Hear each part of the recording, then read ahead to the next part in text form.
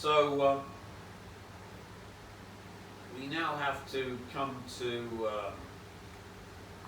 the conclusion that physics is simply the game rules. So you're in a game, in a simulation, and that physics has no meaning apart from being the rules of the simulation. What creates the simulation, what creates physics, what creates the game is outside of the remit of physics, and in fact is what is called God tech. And I've just explained how we got to God tech, because remember, before the Big Bang and the universe or multiverse or megaverse being created, there was no physics, because physics can't go beyond the Big Bang. We can't even get to the instant of the Big Bang. So physics and all the physicists are simply learning about the rules of the game. So when you get to the omega point, you've basically got a significant representation of physics, but then you find, well, it's just the rules of the game. I'm trapped in a game, and some bastard has stuck me in a game where the only rules of the game are that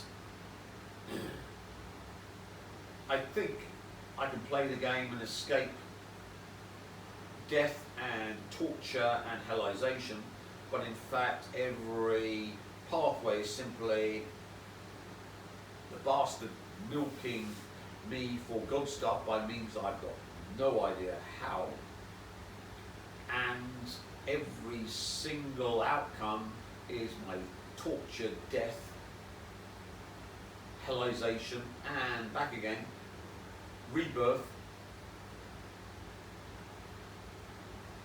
torture, death, hellization, and rebirth, which is exactly what the Buddhists are talking about.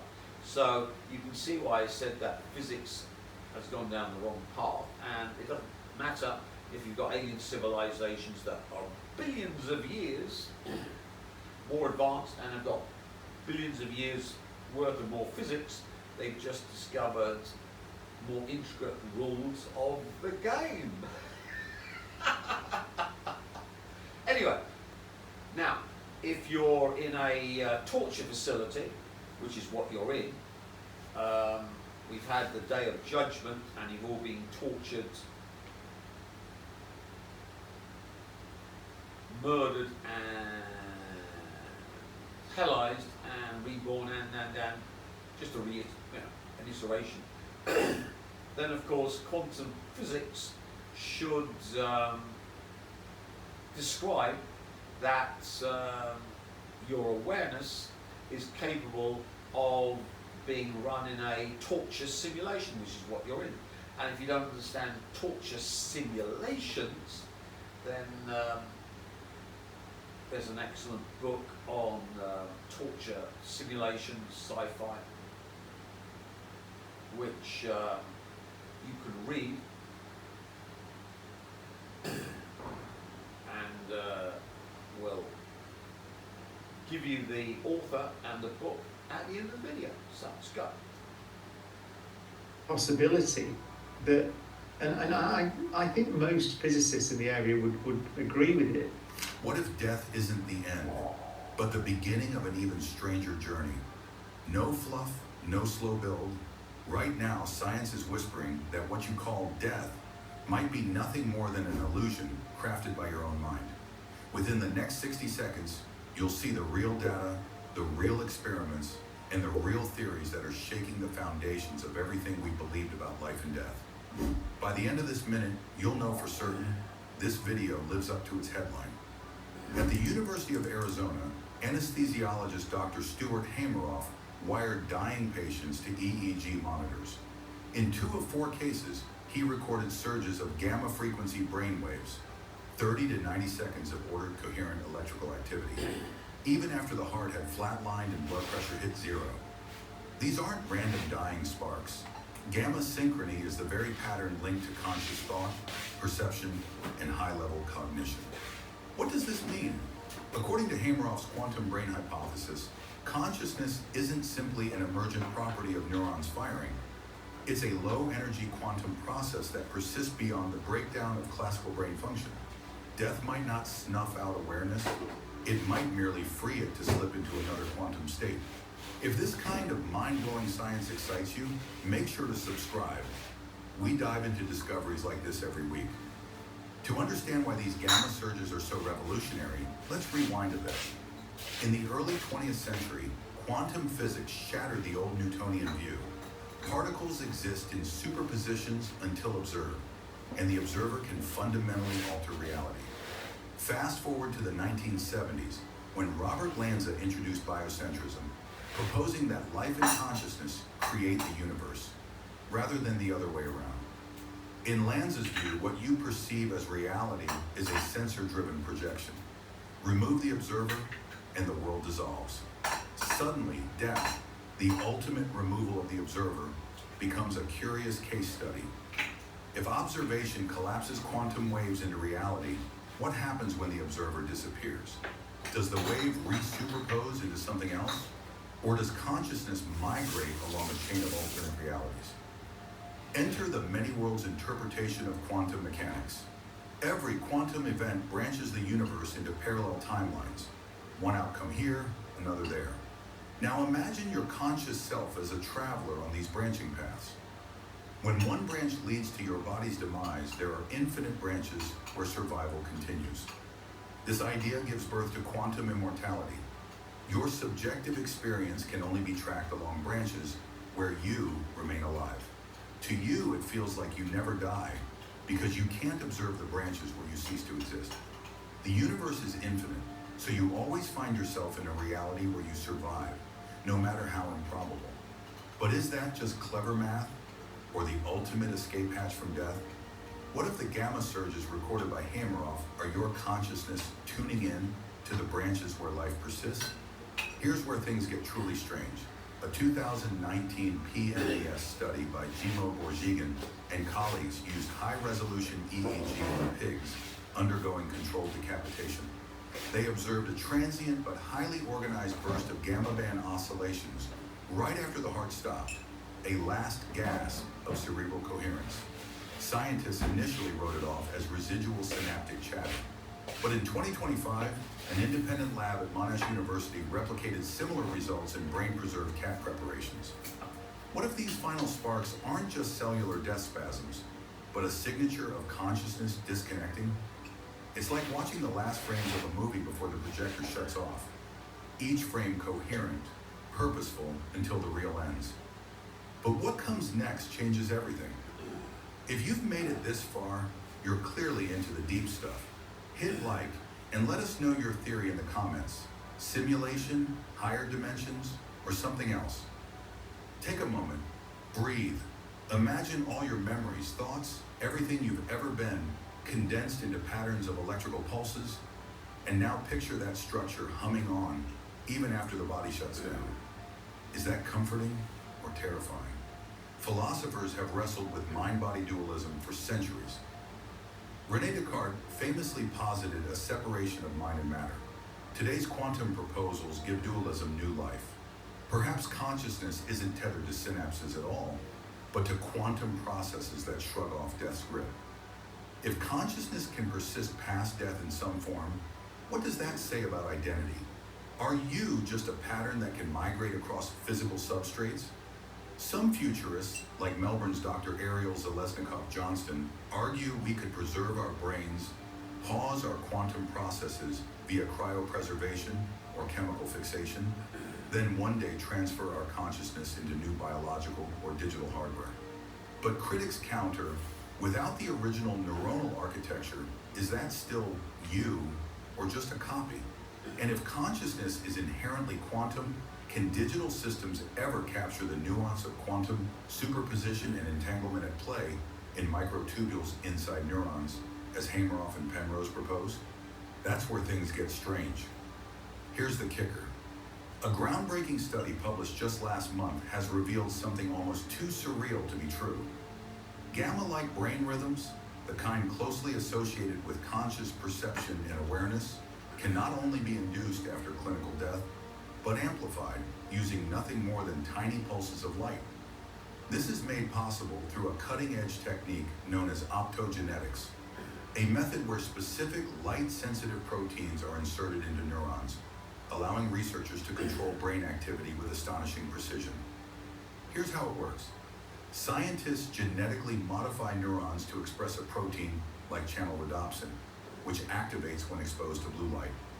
When this light is pulsed at particular frequencies, it doesn't just trigger neural firing, it induces full-blown gamma oscillations, those fast, synchronized waves associated with memory, perception, and even self-awareness. And guess what they've been injecting into the Borg?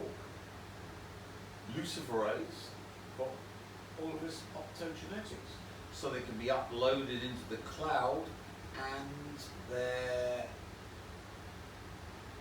beams stolen. So it's already happened to you. Have you been kill-shotted? Thank you very much. Studies. When these optogenetic pulses were applied even after cardiac arrest, coherent gamma activity persisted in the brain for minutes after blood flow had ceased and the animal was clinically dead. The implications are staggering. According to Dr. Stuart Hameroff, a leading figure in quantum consciousness research, these gamma oscillations aren't just leftover noise from a dying brain. They're rooted in a deeper level of brain function, quantum vibrations in the microtubules of neurons. Microtubules, long thought to be simple structural scaffolds, are now suspected to be the very substrate of consciousness in the orchestrated objective reduction model, co-developed with physicist Roger Penrose. In this view, the brain is not just a biological machine, it's a quantum information processor. What makes this new research so pivotal is that it suggests these quantum processes don't just stop when the heart does. If quantum coherence within microtubules can be excited externally by something as seemingly simple as rhythmic light, then the potential to preserve, extend, or even reignite conscious processes after death suddenly moves from science fiction to serious experimental science. And as you can see, the Borg have had their minds stolen and their souls stolen by this technology, which of course are the little lights in the Ariana Grande and Taylor Swift video. So if you think this hasn't already happened and it's science fiction, no, if you've had your kill shots, it's already happened to you. Thank you very much. Real. And your body like the projector. If the projector breaks, the heart stops, the lungs quit, you'd assume the movie ends. But what if the reel keeps spinning intact, just waiting for another projector to light it up again? What if the ending of your you can be replayed, not in the same room, but somewhere else entirely? That's the new metaphor. Death isn't a burning of the film, it's just a pause button, a gap in projection. And now with optogenetics and quantum theory, Projection, what is that? Maybe the flicker effect. And of course, if you've had your kill shots, your reincarnation has been hijacked, and the alien technology that's working with the aliens who've taken over America and the West have captured you for all of this technology. As you can see, you've been farmed and you've gone into the abattoir and you've had the bolt gun through your head. learning how to unpause it. Light, literal light, may become the bridge that lets consciousness cross the chasm we've long feared as final. This doesn't just challenge how we define death, it dares us to ask what it means to be alive, and what parts of us, memory, identity, awareness, might linger in the dark, quietly waiting for the light to return. From the startling discovery of gamma frequency surges in brains long considered clinically dead, to the dizzying implications of many worlds escapism, to the remarkably tangible promise of optogenetic resurrection of conscious activity, a remarkable convergence is taking shape within cutting-edge science. Death, as we have long understood it, is not an irreversible terminus, but rather a transitional interface. This is the threshold where quantum indeterminacy meets classical cessation. So as you can see, we've had the final judgment, and you has been stolen by technology which is so far beyond your ken, but in fact they're explaining it to you. So you've had your kill shots, the luciferase into you, the nanotech to download you into the quantum computers, which are way ahead of what they're talking about, and that all of the Borg are being run in a simulation where they're being tortured eternally to try and provide new god stuff for the aliens, all hijacked by the God Emperor, who simply changed the flicker effect and said, thank you very much, I'll Jew you and I have all of that. He slipped from one physical vessel to another, and where the essence of you transcends the delicate neural circuitry that once housed it. What once appeared to be a final curtain call on consciousness now reads more like an intermission. We are learning to navigate. Let's rewind for a moment. Traditional medicine has defined death with unmistakable markers: an irreversible flat line on the electrocardiogram, the cessation of spontaneous breathing, and a lack of reflexive neurological responses. Yet in meticulous studies at the University of Arizona and PNAS published experiments on large mammals, researchers have recorded coherent gamma oscillations, synchronized electrical rhythms closely tied to conscious perception, persisting seconds to minutes after the heart's last beat and the lung's final exhalation. These are not random, dying twitches of neural tissue. They are organized, high-frequency patterns indistinguishable from those observed during wakeful awareness. In Hameroff's quantum brain framework, these surges hint at consciousness decoupling from classical neurophysiology and transitioning into a more fundamental, subneuronal substrate. Parallel to these physiological hints is the many worlds interpretation of quantum mechanics, which posits that every potential outcome of a quantum event spawns a separate universe.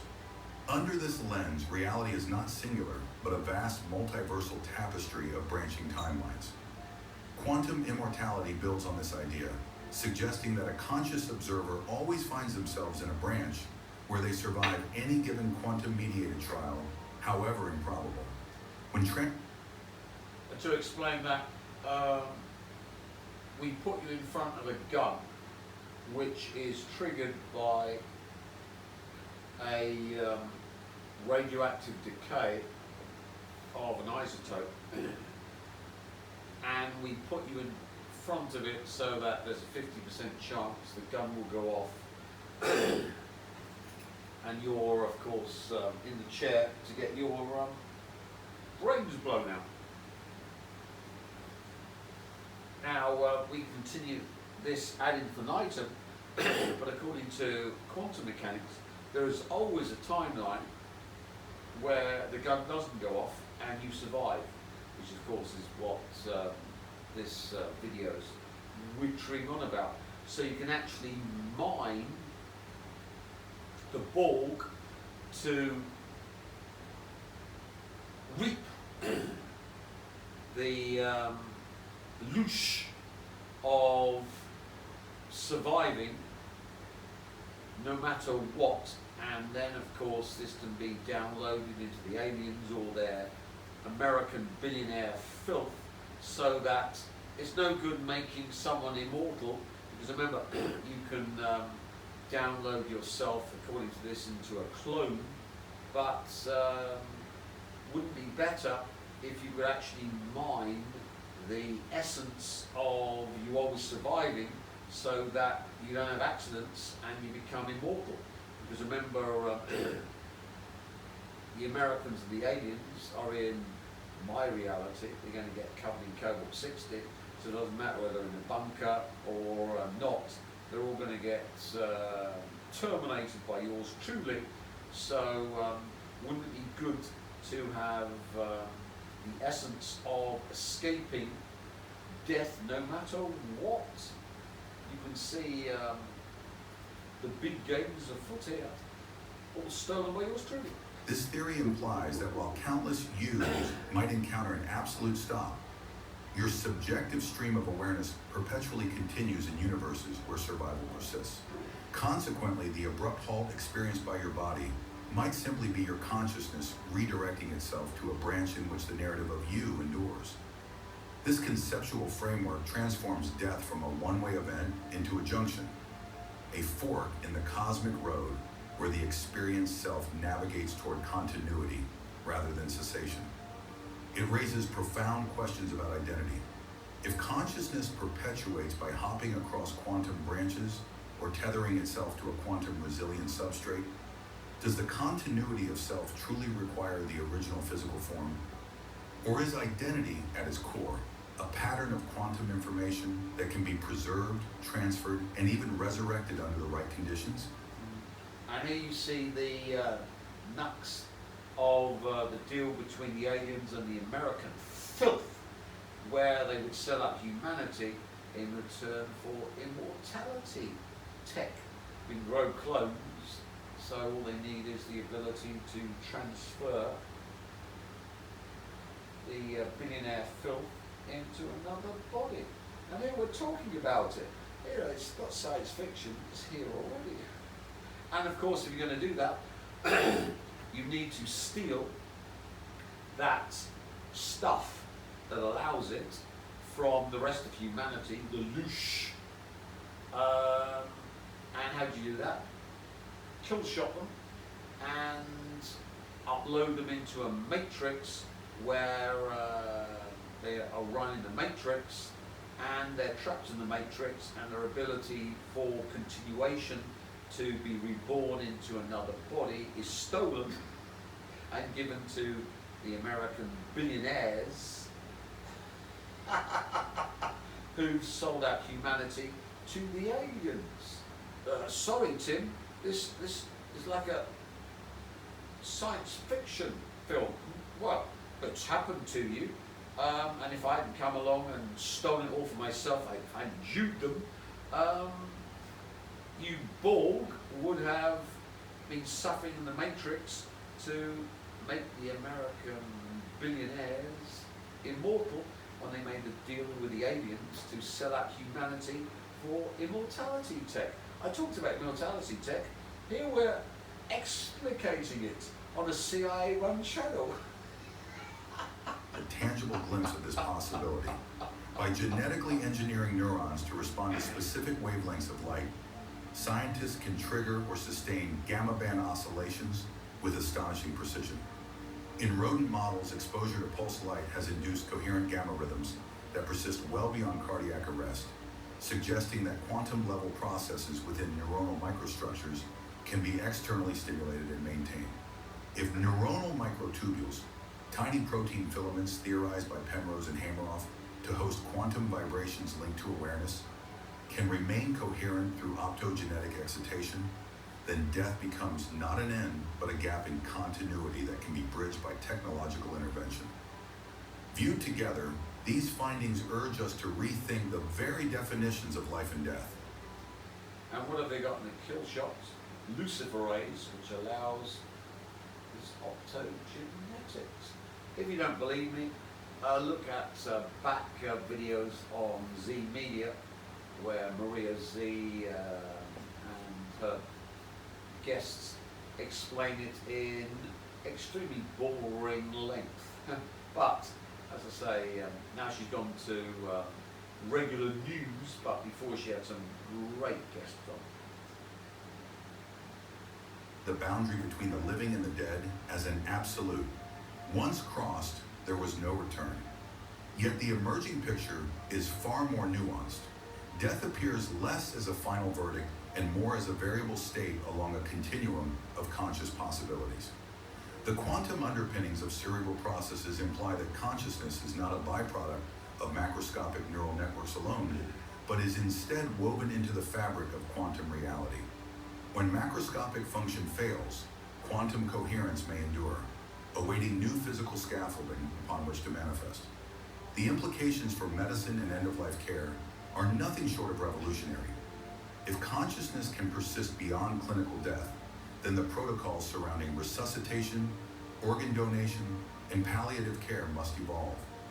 Rather than declaring a patient irreversibly dead at the first flat line, doctors might one day assess residual quantum conscious activity and employ optogenetic or other quantum supportive interventions to restore macroscopic coherence.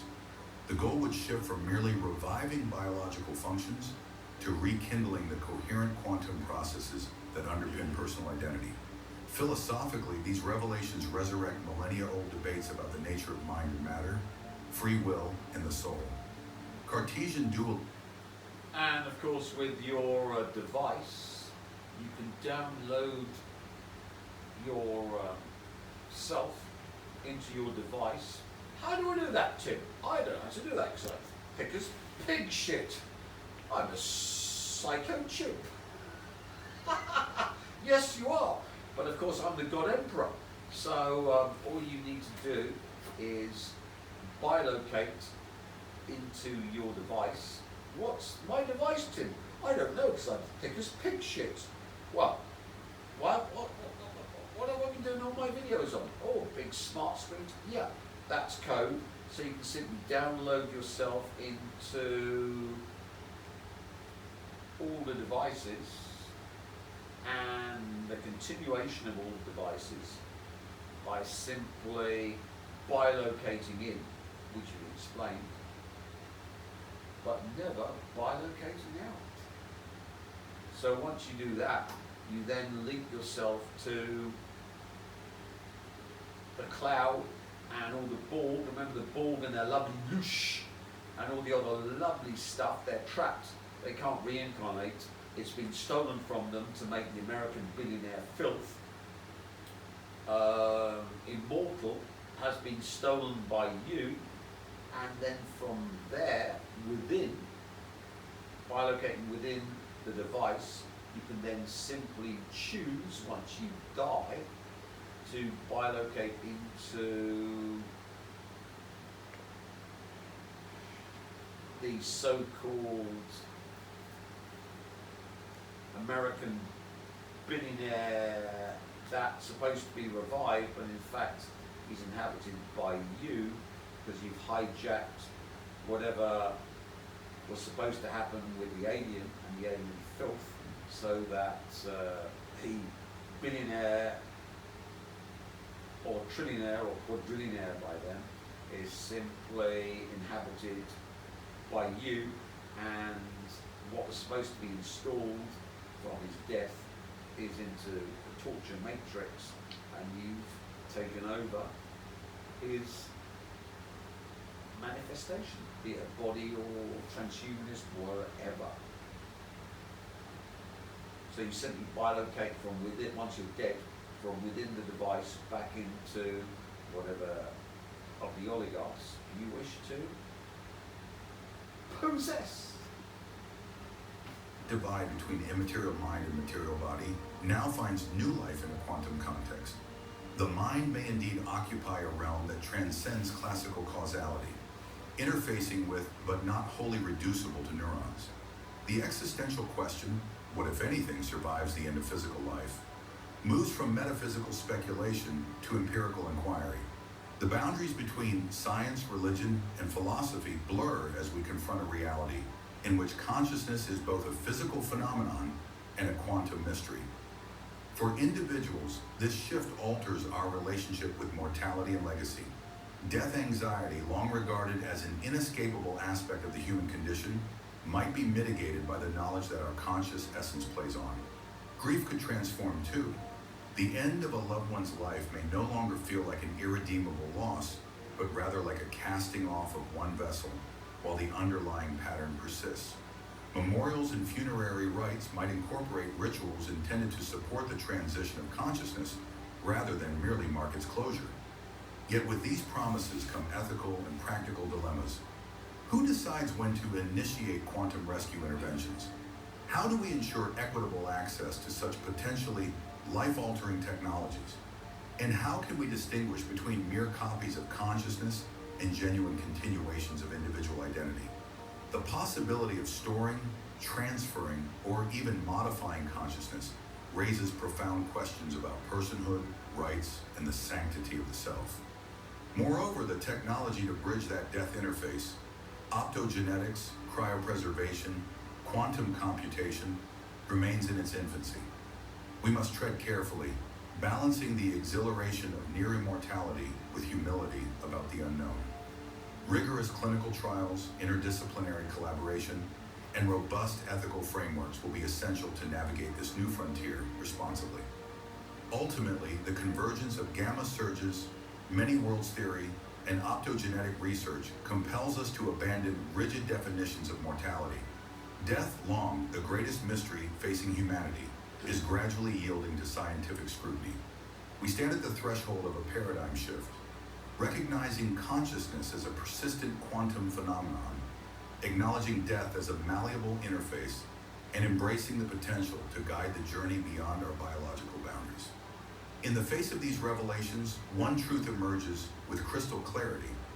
The story of you may not end when the heart stops.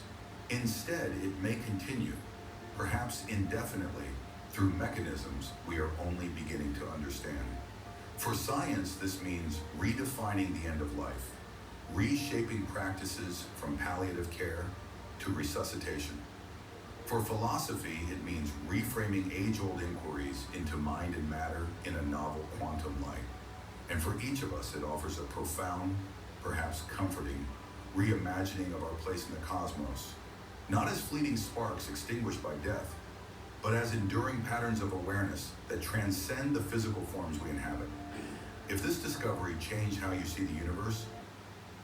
So, with your device, you simply remotely view your death, bilocate into the screen, and then from that location, remotely view the body you wish to inhabit.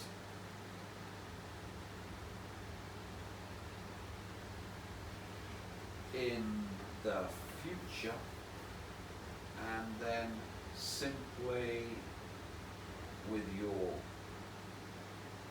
left hand from within the screen, remember you never come out, rip out whatever was in that body,